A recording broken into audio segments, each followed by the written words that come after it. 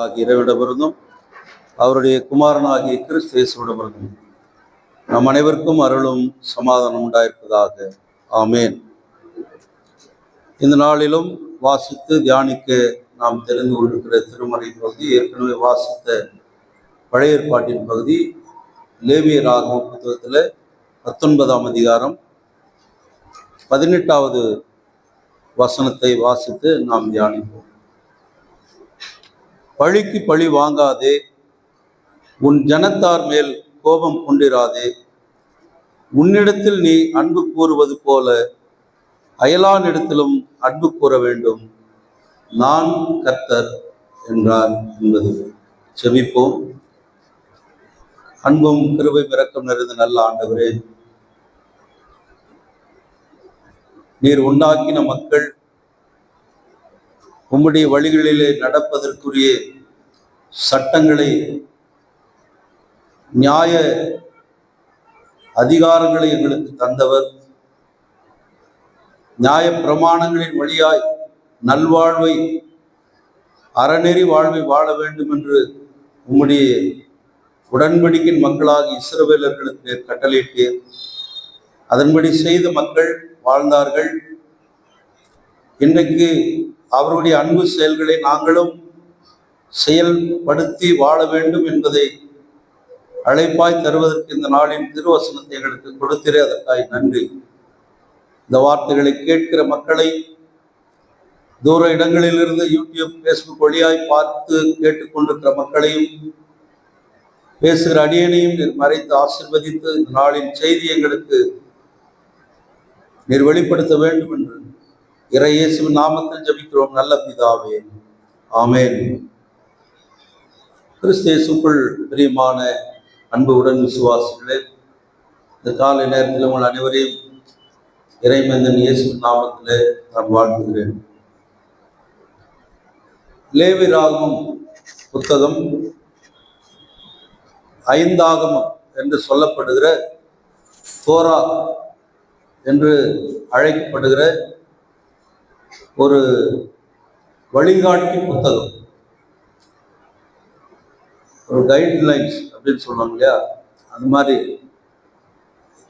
சிறப்பாக ஆசாரியர்கள், லேவியர்கள், இவர்கள் வழியாய் இறைவனுடைய மக்கள் எப்படி வாழ வேண்டும், எப்படி வாழக்கூடாது என்பதை பரிசுத்த கடவுள் தமக்கென்று தெரிந்து கொண்ட மக்கள், உடன்படிக்கையின் மக்கள், தன்னுடைய பெயரிலே நம்பிக்கை கொண்டு வாழ்கிற மக்கள், எனக்கு பயந்து என்னை சேவித்து என்னுடைய பெயரில் ஆராதனை செய்து வழிபட்டு என்னிடத்தில் அன்பு கூறுகிறதை போல அயலானிடத்திலும் அவன் அன்பு கூற வேண்டும் என்ற ஒரு அழைப்பை கடவுள் இஸ்ரவேலுக்கு கொடுத்தார் என்கின்ற செய்தியை இந்த பகுதி, இந்த புத்தகமே நமக்கு எடுத்து சொல்லுகிறது. லேவியராகம புத்தகத்திலே 19:2 நாம் வாசிக்கிறோம். நான் வாசித்த அந்த பகுதி முந்தைய வசனத்துல, நான் பரிசுத்தர் ஆகையினால் நீங்களும் பரிசுத்தராய் இருக்க வேண்டும். இதுதான் அவருடைய பிரதான அழைப்பு. அன்பானவர்களே, வாழப்போகிற தேசத்துல, அதாவது ஆபிரகாமுக்கு கொடுத்த வாக்கு பண்ணப்பட்ட தேசம், அந்த வாழும் தேன் ஓடுகிற அந்த தேசத்துல நீங்கள் எப்படி வாழ வேண்டும், லேவியர்களும் ஆசாரியர்களும் 12 கோத்திரத்தாரும் கடவுளுக்கு பிரியமான அல்லது கடவுளுடைய சித்தத்தை செய்கிற மக்களாய், பலிகள் இருந்தாலும் சரி, வழிபாடுகள் இருந்தாலும் சரி, அதனுடைய நீட்சியாக அவர்கள் செயல்படுத்த வேண்டிய ஒரு செயல், கடவுளுக்கு பயந்து அவரிடத்தில் அன்பு கூறுவதனுடைய பயனாக அவர்கள் சமூக சார்ந்த வாழ்க்கை, குடும்பம் சார்ந்த வாழ்க்கை அல்லது பொது வாழ்க்கையில பிறரிடத்தில் எப்படி பழக வேண்டும், எப்படி வாழ வேண்டும், பிறரை எப்படி நேசிக்க வேண்டும் என்கின்ற பிரதான கட்டளையை உள்ளடக்கிய ஒரு பகுதி தான் நான் வாசித்த இந்த பகுதி. இந்த பகுதியில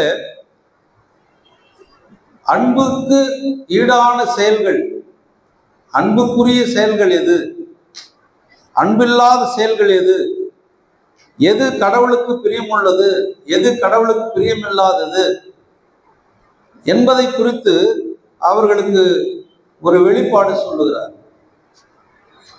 அங்கே வாசித்த அந்த 9வது வசனத்திலே முதல் வசனமே அங்க சொல்லுகிறது, நீங்கள் நிலத்திலே பயிரை அறுக்கும் போது என்ன செய்யணுமா? பயிரை அறுத்துட்டு போயிடணும் இல்லையா? ஏதாவது மீதியா இருக்குதுன்னு திருப்பி வந்து விட்டதையும் அறுத்துடக்கூடாது.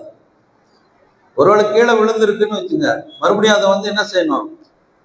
பெருக்கி தொடச்சி எடுத்துன்னு போயிடக்கூடாது. அது அப்படியே விட்டுட்டு போங்க. நான் சிறு வயதில் இருக்கும்போது எங்களுடைய ஊரை சுற்றிலும் மல்லி தோட்டம் இருக்கும். ஊரை சுற்றிலும் மல்லிப்பூ தோட்டம் தான். அப்போ எங்களுக்கு காசு இல்லைன்னா என்ன செய்வோம்? மல்லிப்பூ தோட்டத்தில் போயிட்டு அந்த எஞ்சிய பூக்கள் இருக்குல்ல, மத்தியானம் 1 மணி 1:30 மணி மேலே போகும். அப்போ சிலதெல்லாம் விட்டுட்டு போயிருப்பாங்க, சில பூக்களை விட்டுருப்பாங்க. அதெல்லாம் கொஞ்சம் பறித்து அதை கொஞ்சம் ஒரு பிளாஸ்டிக் கவரில் போட்டு எடுத்துன்னு போயிட்டு அந்த பக்கத்தில் இருக்கிற குடியானவர்கள் வசிக்கின்ற அதர் கேஸ்ட் இருக்கிறாங்க இல்லையா, அந்த இடத்துல போயிட்டு பூ வேணுமான்னு கேட்டு போவோம். ஒரு ஆளாக்கு 5 ரூபா 10 ரூபான்னு கொடுத்துட்டு அந்த காசை இன்னும் வந்து நாங்கள் கரெக்டாக சொன்னார் பாரு சார், சினிமாவுக்கு போகிறோம், கொஞ்சம் ஜாஸ்தி காசு வந்தால் என்ன பண்ணுவோம்? ஹோட்டலில் போய் சாப்பிடுவோம். மிஞ்சி நம்ம சாப்பிட்ற சாப்பாடு என்ன? 2 ரொட்டி சேருவார், அவ்வளோதான், வேற எதுவும். அது அந்த காலத்தில் அப்படி இருந்தது. வேணும்னா விட்டுட்டு போக மாட்டாங்க அவங்க. அந்த அதிகாலையிலேருந்து அவங்க பூ எடுப்பாங்க, 8 மணி வரையும் எடுப்பாங்க. அதுதான் வாழ்வாதாரமே அந்த ஊருக்கு. அந்த பூக்கள் பறித்து அதுதான் வாழ்வாதாரம். ஆனால் இன்னைக்கு ஊரை சுற்றிலும் எதுவுமே இல்லை, இன்னுமே இல்லை. ஊரை சுற்றி எல்லாம் என்ன பண்ணுறாங்க? எல்லாம் ஃபேக்ட்ரி கட்டிட்டு வேலைக்கு போக ஆரம்பிச்சிட்டாங்க. ஷூ ஃபேக்ட்ரி அதுன்னு போகிறாங்க. பழைய காலத்தில் கடவுள் ஒரு கட்டளையை வகுத்தார் அவர்களுக்கு. என்ன வகுத்தார்? நீங்கள் நிலத்தில் அறுவடை செய்கிற பொழுது அந்த நிலத்தின் அறுவடைக்கு பிறகு இருக்கிறது நீங்க அப்படியே என்ன செய்யணும்? விட்டுட்டு போகணும். அது உபாகம புத்தகத்தில் 24ஆம் அதிகாரத்தில் 19லிருந்து 21 வரை நீங்கள் வாசிப்பீர்கள் என்று சொன்னால் அது ஒரு கட்டளையாக, ஒரு பிரமாணமாக சொல்லுகிறார். இதனுடைய நீட்சியை ரூத்து புத்தகத்திலே நீங்கள் பார்க்கலாம். நகோமியும் ரூத்தும் அவங்க மோவாப் தேசத்துல இருந்து மறுபடியும் பெத்லேகேமுக்கு வராங்க. இங்க விளைச்சல் இருக்கிறது, மழை பெஞ்சிச்சு, அறுவடை இருக்கு, அதனால வந்துட்டாங்க சொந்த ஊருக்கு. வரும்போது இந்த அம்மா சொல்லுது, நம்ம சாப்பிட்றதுக்கு எதுவும் இல்லை, நீ போய் எங்கேயாவது தானியம் இருந்தா எடுத்துட்டு வான்னு சொல்லும்போது ரூத்து என்ன செய்யறாங்க? போறாங்க. அங்க ஒரு நிலத்துல அறுவடை நடந்துட்டு இருக்கு. முன்னாடி அறுவடை நடந்துருக்கு, பின்னாடி இந்த அம்மா போய் என்ன பண்ணுது? சில கோதுமை கதிர்களை பெருகிட்டு இருக்கு. கீழே விழுந்தது, சிந்தினது. அப்போ போவாஸ் வந்துட்டு, யார் அந்த பொண்ணு புதுசா இருக்குது அப்படின்னு கேட்டுட்டு அவன் சொல்றான், இந்த மாதிரி நகோமியுடைய மகள், உனக்கு சொந்தக்காரி தான்ப்பா அப்படின்னு சொன்ன உடனே அவன் என்ன சொல்றான்? அந்த பெண்ணை தடை பண்ணாதீங்க, அந்த பெண் எவ்வளவு தேவையோ அவ்வளவு எடுத்துட்டு போடும். இது அவனுடைய உள்ளத்தில் இருந்த அன்பு செயல் மட்டும் இல்லை, அது கட்டளை. அது ஏழைகளுக்கும் அந்நியர்களுக்கும் பரதேசிகளுக்கும் நீங்க என்ன செய்யணும்? சிந்தி கிடக்கிறது பொறுக்காமல் அவைகளை எளியவனுக்கும் பரதேசிக்கு விட்டுவிட வேண்டும். அப்ப அந்த செயல் என்ன? நிலத்திலே அந்த பின்னறுப்பு செய்கின்ற வேலையை அவங்க செய்யக்கூடாது, அதை ஏழைகளுக்கு கொடுக்க வேண்டும். அந்நியர்கள் ஏழைகளை நினைத்து அதை என்ன செய்யணும்? விட்டுறணும். பின்னால ஒரு பெரிய பட்டியல் போடுறார். திருடக்கூடாது, ஏமாற்றக்கூடாது, பொய் சொல்லக்கூடாது, கடவுள் பேரில் பொய் சத்தியம் செய்யக்கூடாது.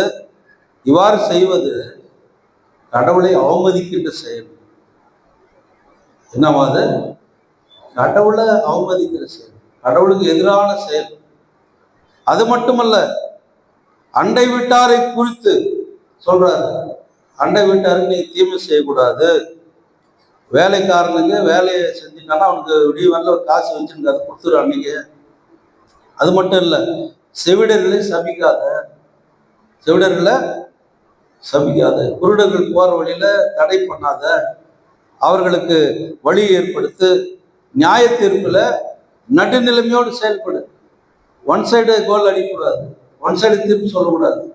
நடுநிலையோடு நீ நியாயம் செய். மற்றவர்களை பற்றி என்ன செய்யக்கூடாது? கோல் சொல்லக்கூடாது, கோல் சொல்லக்கூடாது.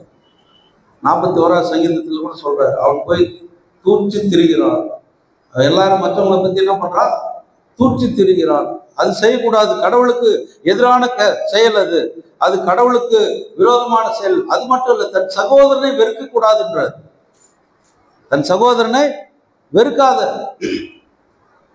தன் சகோதரன் ஒருவனை நம்மளை எல்லாரும் விட அவன் என்ன செய்வான்? புத்திசாலியா இருப்பான். அவனை வெறுக்கும். நம்ம பெற்றோர்கள் அவனை மதிப்பாங்க, அவனை பற்றி பேசுவாங்க, மற்ற பிள்ளைகளோடு கம்பேர் பண்ணுவாங்க.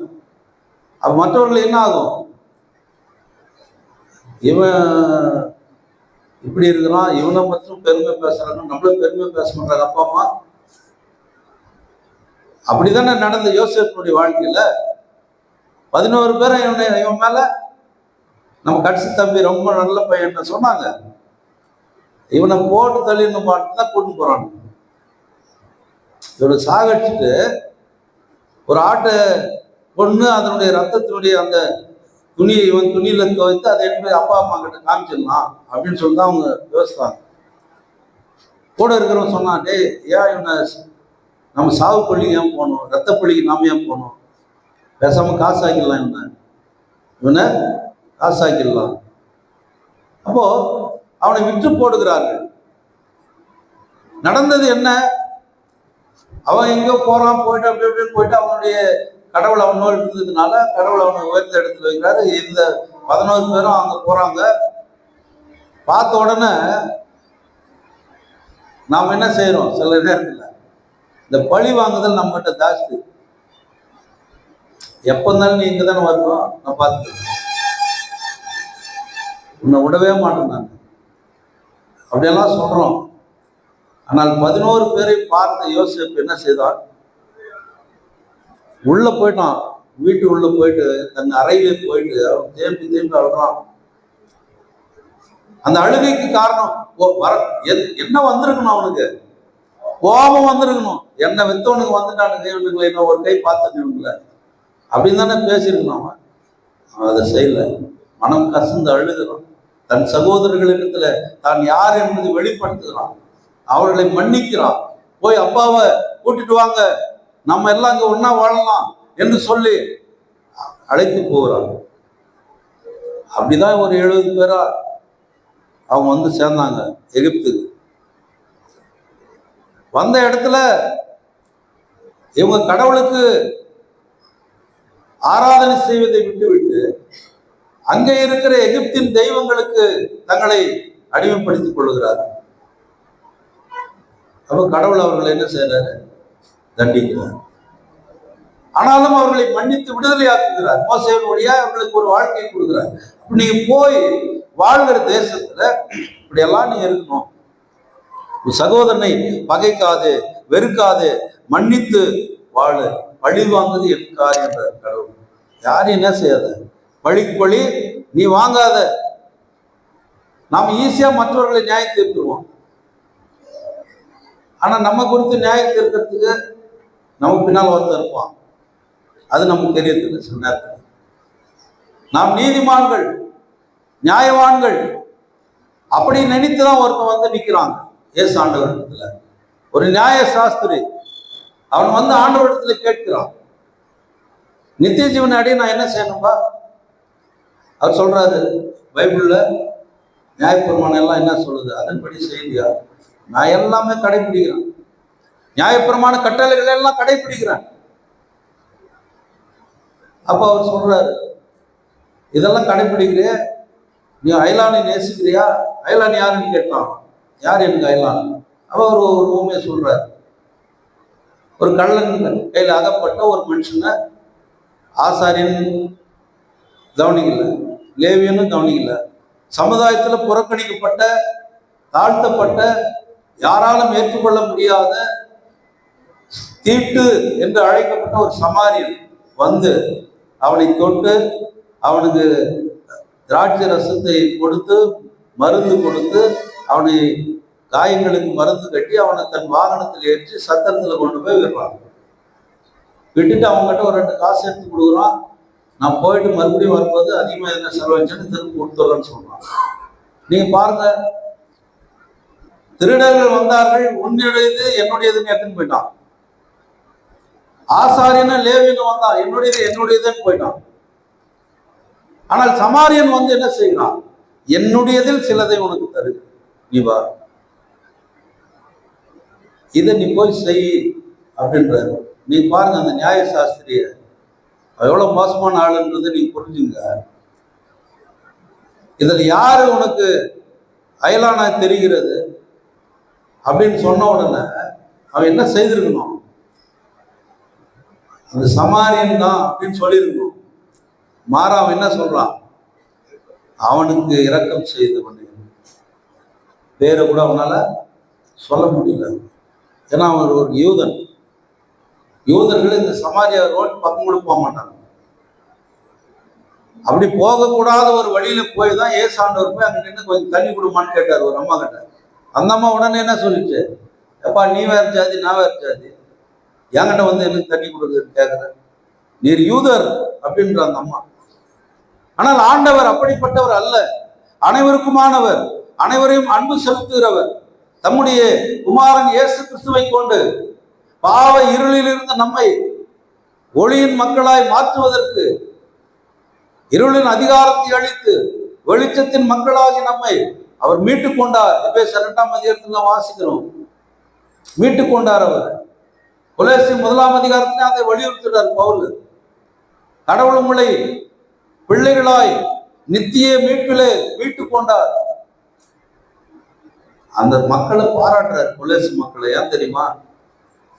அவங்க பரிசுத்தமான மக்களுக்கு அவங்க அன்பு பாராட்டினார்கள். உங்களுடைய அன்பை எண்ணி கடவுளுக்கு நான் நன்றி செலுத்துகிறேன் என்று சொல்லுகிறார். ஒரு சபைக்கு சொல்றாருங்க. கொலோசிய பட்டணத்தில் இருக்கிற சபை மக்களுக்கு சொல்லுகிறார், உங்கள் அன்பு பெரியது, நீங்கள் எல்லாருக்கும் உதாரணமா இருக்கிறீர்கள். மக்கதோனியா சபையை பார்த்து சொன்னார், உங்களுக்கே இல்லை, ஆனா நீங்க என்ன செய்தீங்க? பஞ்சத்தில் இருக்கிற மக்களுக்கு உதவி செய்தீங்க, உங்களிடத்துல இருக்கிறதெல்லாம் கொடுத்தீங்க. அந்த அன்பை பாராட்டுகிற பவுல் அந்த அன்பில் எல்லாரும் வாழ வேண்டும் என்று அழைத்து செல்கிறார். இங்கே கடவுளும் அதை தான் சொல்லுகிறார். நீ உன்னிடத்தில் அன்பு கூறுகிறது போல பிறரிடத்தில் அன்பு கூறு. என் முகத்துக்கு நான் என்னெல்லாம் செய்யறேன், என் முகத்துக்கு நான் என்னெல்லாம் செய்யறேன், நல்லா இருக்கணும். ஆனா எதிரில் ஒரு முகத்தை பார்த்தோம், நல்லா இருக்கிற முகம் எப்படி போகுது? 7 கோணலா போகுது. ஏன்னா அவன் குடியில் குடிச்சவங்க வந்தாக்கா நல்லா பேசுவாங்க, குடியாதவங்க வந்தா இப்படி திரும்பிக்கிறது. அது நடக்குதா இல்லையா? அப்ப அந்த அன்பின் செயல், நாம கிறிஸ்தவம் அப்படின்னு சொல்றதே என்ன தெரியுமா? அன்புதான். கிறிஸ்துவ சமயத்தினுடைய அடித்தளம். மற்ற மதங்களில கூட அது இருக்கு, இல்லைன்னு சொல்ல முடியாது. அப்ப இங்கே கடவுள் ஏழை எளிய மக்கள் அல்லது புறக்கணிக்கப்பட்ட மக்கள், சமுதாயத்துல இழிவாக இருக்கிற மக்களை கூட நாம் அன்பு செலுத்த வேண்டும். அதுதான் நம்முடைய பிரதான கட்டளையா இருக்கிறது. உடன்படிக்கையின் மக்கள் இதை செய்யணும், இதை செய்தாக வேண்டும். செய்யலன்னு சொன்னா அதற்குரிய பலனையும் கடவுள் சொல்லுகிறார். அப்ப நித்திய ஜீவனை பெறுவதற்கான வழி என்ன? வேதம் வாசிக்கிறதும், ஜெபிக்கிறதும், உபவாசம் இருப்பதும், காணிக்கை போடுவதும், பலி செலுத்துவதும், தீப ஆராதனை காட்டுவதும் அதெல்லாம் இல்லை. அது ஒரு சின்ன பங்கு, அவ்வளவுதான். அப்ப எது நித்திய ஜீவனை பெறுவதற்கான வழி? அயலானுடைய அன்பையும் கடவுளுடைய அன்பையும் இணைத்து நாம் பயணப்பட வேண்டும். நம்முடைய வாழ்க்கையில கடவுளை நேசிக்கிற நாம் அயலானை நேசிக்க மறுக்கிறோம். அவ கடவுள் நம்மை நேசிப்பாரா? அவருடைய பிரதான கட்டளை அதுதானே, கடவுளை நேசி பிறனை நேசி. இது ரெண்டு செய்தாலே நம்ம கடவுள் இடத்துல போயிடும் இல்லையா? அப்ப கடவுள் இடத்துல போவாதற்கு நாமே தடையா இருக்கிறோம். அதான் உண்மை. ஏன்னா இந்த காரியங்களை எல்லாம் நாம் செய்கிறோம். விரோதமான காரியங்கள், துரோக செயல்களை நாம் அதிகமாக செய்கிறோம். ஆனால் கடவுள் விரும்புகிற காரியம் அன்பு செயல்கள் என்பதை அவர் வெளிப்படுத்துகிறார். இறைவன் மேல அன்புள்ளவர்கள் நிச்சயமா பிறர் மேலே அன்பா இருப்பாங்க. அப்படிதானே? கடவுள் மேல அன்பா இருக்கப்ப இயல்பாக என்ன செய்வாங்க? மற்றவர்கள் மேல அன்பா இருப்பாங்க. அவங்க நீ மற்றவர்கள் மேல அன்பா இல்லைன்னு சொன்னா நீ கடவுள் மேல அன்பா இருக்கிறதை போல நடித்து கொண்டிருக்கிறாய் என்றார். எப்பெல்லாம் கடவுள் மேல நமக்கு அன்பு வரும்? கையில காசே இல்லை, கடவுளே எப்படின்னா எனக்கு காசு கொடுக்குறாரு, அவர் ஒண்ணு கனரா பேங்க்ல ஏடிஎம் வச்சுக்கிறாரு. ஆனா நீ கேட்டேன்னா கொடுப்பாரு. ஏடிஎம் வழியா இல்லை, இன்னொரு மனிதன் வழியா தான் கொடுப்பாரு. பல நேரத்துல பேசுனாங்க, மனித தயவும் நிச்சயமா உங்களுக்கு வேணும். ஏசாண்டவர் குழந்தையா இருக்கும்போது எப்படி வளர்ந்தார் அவர்? மனித தயவு இருந்தது, இல்லைன்னு சொல்ல முடியாது.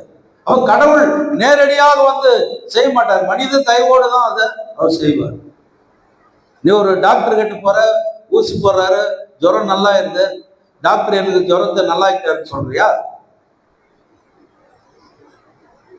என்ன சொல்றீங்க? இங்க வந்து ஆண்டவர் எனக்கு சுகம் கொடுத்தாரு, நன்றி.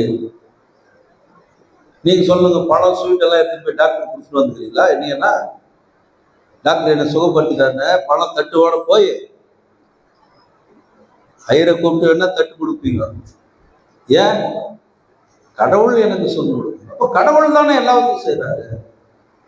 அப்போ கடவுளை நேசிக்கிற நாம் பிறனை நேசிப்பதற்கான ஒரு அழைப்பை இஸ்ரவேல் மக்களுக்கு கடவுள் கொடுக்கிறார். இது ஒரு வழிகாட்டு புத்தகத்தை நீங்க வீட்டுல போய் முழுசா படிச்சு பாருங்க. புதிய இஸ்ரவேலராகி நமக்கு கொடுக்கிற அழைப்பு அதுதான். அன்பானவர்களே, ஒரு அன்னை தெரேசா அவர்கள் சொன்ன ஒரு ஸ்டேட்மெண்ட், அது நான் சொல்றேன் உங்களுக்கு. அவர் சொல்றாரு, அன்னை தெரேசா, ஜபத்தினுடைய கனி விசுவாசம், ஜபத்தினுடைய கனி விசுவாசம், விசுவாசத்தின் கனி அன்பு, விசுவாசத்தினுடைய கனி அன்பு, இந்த அன்பின் கனி சேவை அப்படின்ற. ஜபம் விசுவாசம், விசுவாசம் அன்பு, அன்பு சேவை. அப்போ சேவை மனப்பான்மை என்பதுதான் கிறிஸ்துவ மக்களுடைய அடிப்படை தத்துவம். அதை தான் இங்கே அவர் எதிர்பார்க்கிற நம்மிடத்துல. இரக்கம் செய்தவன் அப்படின்றார், அவனுக்கு இரக்கம் செய்தவன். அப்ப இரக்கம் செய்தவன் என்ன செய்தான்? நீ போய் அப்படியே செய் அப்படின்னா என்ன அர்த்தம்? நாம போய் தேடிக்க கூடாது. எவனா அடிப்பட்டு விழுந்துருக்கிறானா, கல்லர் கையில் பட்டு எவனா அடிப்பட்டு விழுந்துருக்கிறான் நம்ம தேட முடியாது. யாரோ ஒருத்தர் கீழே விழுந்தாலே நம்ம என்ன செய்யணும்? கைத்தட்டி சிரிக்கிறது தான் நம்ம போட்டோம், வீடியோ எடுத்து போறது தான் நம்ம போட்டு வைப்போம். அவனுக்கு முதலுதவி செய்யற பழக்கமும் நமக்கு குறைஞ்சி போச்சு. நாங்க இங்க இந்த சர்ச்சாண்ட உட்காந்து இருக்கும்போது எத்தனை பேரை தூக்கி போய் விடுறோம், எத்தனை பேரை தூக்கி எடுத்து போய் பத்திரமாட்டோம். என்னை பார்க்கறதுக்கு ஒருத்தர் புடிச்சு முன்னாடி வந்தாங்க, அவங்க வந்து கீழே வந்துட்டாங்க தப்புன்னு. இந்த வளையிற இடத்துல அந்த மண்ணு நிறைய இருக்குது, அங்க எழுப்பி எழுப்பி அனுப்புறோம். ஏன் அந்த கோயிலுக்குள்ள சாம அவன் சேர்ல போய் குளிச்சுனுக்கிறான், ஒருத்தன் சேர்லயே குளிச்சுனுக்கிறான், பத்துன்னு ஃபுல்லா போயிட்டு வந்து எங்க பத்துனுக்கிறான், சாகட்ல பத்துனுக்கிறான் போயிட்டு. இவர் ஏதோ பழைய பழம்பு கீழே வந்து வந்தவர், என்னடா இது சந்து கேட்குதுன்னு பார்த்தேன். அதுலேயும் நீதி எல்லாம் போயின்னா எதுன்னு பார்த்தா அவங்க ஒருத்தன் சாகல் பத்துனுக்கிறான். நாம் என்ன செய்திருப்போம்? நானும் அந்த என்ன பண்ணியிருப்பேன், 108 கூப்பிடுப்பான், உன ஒருத்தனை தூக்கணும்னா சாகலில் இறங்கணும்ல. சாமி போய் சாகல் அவனை தூக்கிட்டு வந்து மேலே தூக்கி கட்டுக்குது. பிறகு வந்தா நம்ம இதுதான் நாங்கள் கிறிஸ்துவ பண்பு, இதுதான் கிறிஸ்துவ நற்செயல்கள். ஆவின் கனின்னு ஒரு லிஸ்ட் போட்டுக்கிறோம், 9 லிஸ்ட். 9 பேர் அதுல இருக்குது. அதுல ஏதாவது நாம் விட்டுருக்கிறோமா, ஏதாவது நாம் செய்திருக்கிறோமான்னு நீங்க யோசித்து பாருங்க, சுய பரிசோதனை பண்ணி பாருங்க. மார்ட்டின் லூத்தர் எழுதுறாரு 10வது கட்டளையில, அந்த கட்டளைக்கு அர்த்தத்தை எழுதுறாரு. 9வது 10வது அந்த கட்டளை வாசி சார் பார்க்கலாம். அர்த்தம் மட்டும் வாசிக்கணும். நாம் கடவுளுக்கு பயந்து அவரிடத்தில் அன்பு கூர்ந்து பயனாக அவரிடத்தில் பரம்பரை சொத்துக்களையோ வீட்டையோ அடைவதற்கு திட்டமிடாமல் இவைகளை முறையற்ற வழிகளில் பெற்றுக்கொள்ளாமலும், ஆனால் அவருக்கு உதவி செய்து அவைகளை அவரிடமே நிலைத்து நிற்க பணியாற்றணும். அவரை என்றாங்க. யார் அவர்? நம்முடைய அயலாள். 10வது கட்டளையினுடைய அர்த்தம் சொல்றாரு பாருங்க. நாம் கடவுளுக்கு பயந்து அவரிடத்தில் அன்பு கூர்ந்து பயனாக அடுத்தவருடைய மனைவி, வேலைக்காரன், மிருகங்கள் அனைத்தையும் மயக்கியோ கட்டாயப்படுத்தியோ அல்லது அவருக்கு விரோதமாக திரும்பியோ விடாமல் அவைகள் அவரிடமே நிலைத்திருக்க தங்கள் கடமைகளில் செய்ய வலியுறுத்த வேண்டும். இப்படி செய்தா கடவுள் என்ன செய்கிறாரோ அது அடுத்த பக்கத்துல வாசிங்க. இப்படி நீங்க செய்தா கடவுள் என்ன செய்வார்? உன் கடவுளாகி கர்த்தராகினான் எரிச்சல் உள்ள கடவுள் என்னை பகைக்கிறவர்கள் விஷயத்தில் பிதாக்களின் அக்கிரமங்களை பிள்ளைகளிடத்தில் 3ஆம் 4ஆம் தலைமுறை மட்டும் விசாரிப்பேன்.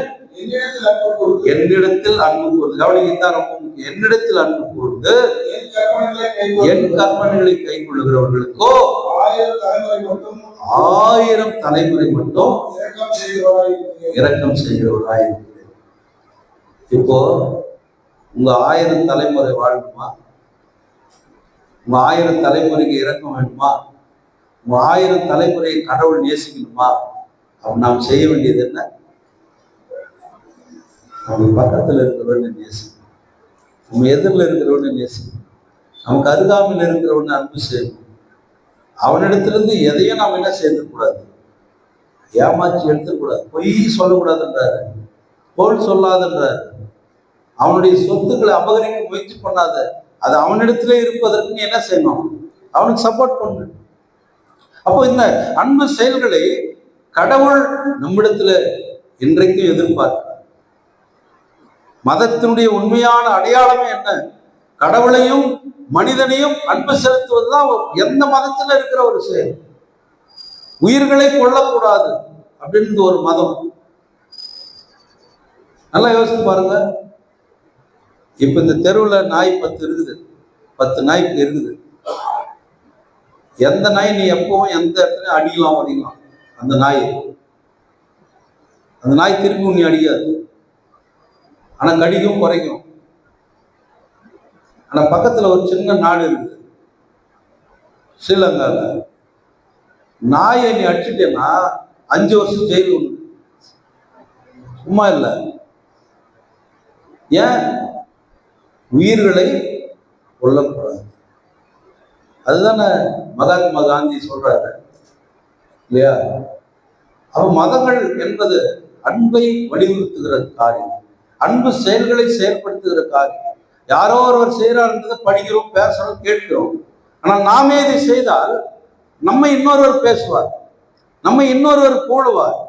அது இறைவனுக்கும் ஏற்புடையதாக இருக்கும். நம்முடைய வாழ்க்கையில நாம் செயல்படுத்த வேண்டிய காரியங்கள், போதனைகள், இயேசுடைய போதனை, நியாயப்பிரமாணங்கள் எல்லாம் ஓகே, அதுல நம்ம தவறல. ஆனா ஒண்ணுல மட்டும் தவறு இருக்கு. எதுல? அவருக்கு பேர் என்ன தெரியுமா? எச்சக்கையில காக்காவே ஓடும். அவருக்கு என்ன பேரு? அப்போ திருவள்ளுவர் ஒரு குறள் சொல்லியிருக்கிறார். அது என்ன குறள்னா, அன்பில்லார் எல்லாம் தமக்குரியர், அன்புடையார் என்றும் பிறர்க்குரியர். யாரு அவரு? அன்பில்லாதவங்கலாம் யாரு? தமக்குரியவர்.